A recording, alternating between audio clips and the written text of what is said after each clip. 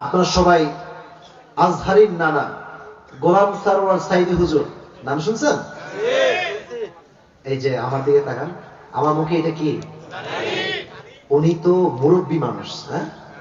ওনার দাড়ি আমার চাইতে কয়েক হাজার গুণ বেশি সুন্দর, একদম চাপ দাড়ি, স্ট্রং। উনি একটা কথা সেদিন বলছিলেন, উনি তো মারা গেছেন, আল্লাহ ওনাকে জান্নাতুল ফেরদাউসের উচ্চ মাকাম নসিব করুন, পড়া আমিন।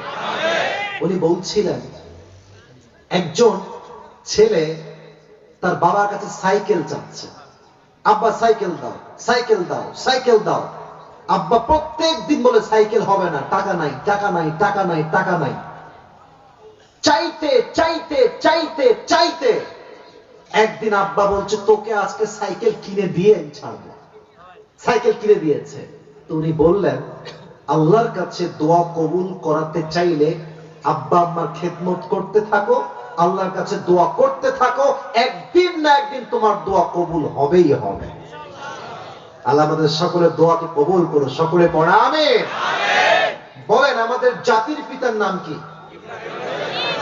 ইব্রাহিম আলাইহিস সালাতু ওয়াস সালাম। এটা প্যাস খাইয়েন না, জাতির পিতা কিন্তু ইব্রাহিম আলাইহিস সালাতু ওয়াস সালাম।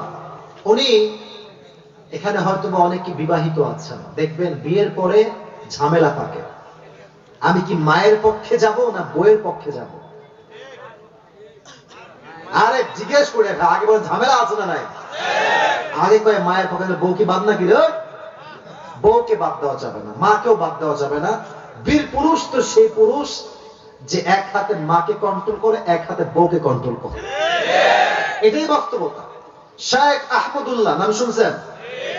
উনি একজন বড় আলেম, স্কলার।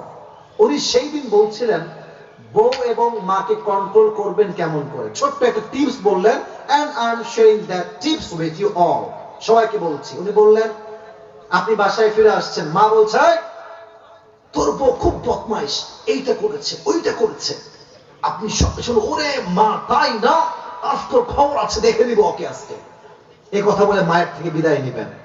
আর ঘরে ঢুকে বলেন বউ জান তুমি কেমন আছো, কি করো? তার মানে মা কেমন একটা ভাব নিবেন যা আজকে একেবারে পিষে ফেলে দিব। আবার বউকে কে ভালোবাসবে, এতে করে কি হবে? বউ ঠিক থাকবে, মাও ঠিক থাকবে। ঠিক কিনা বলছো বাবা?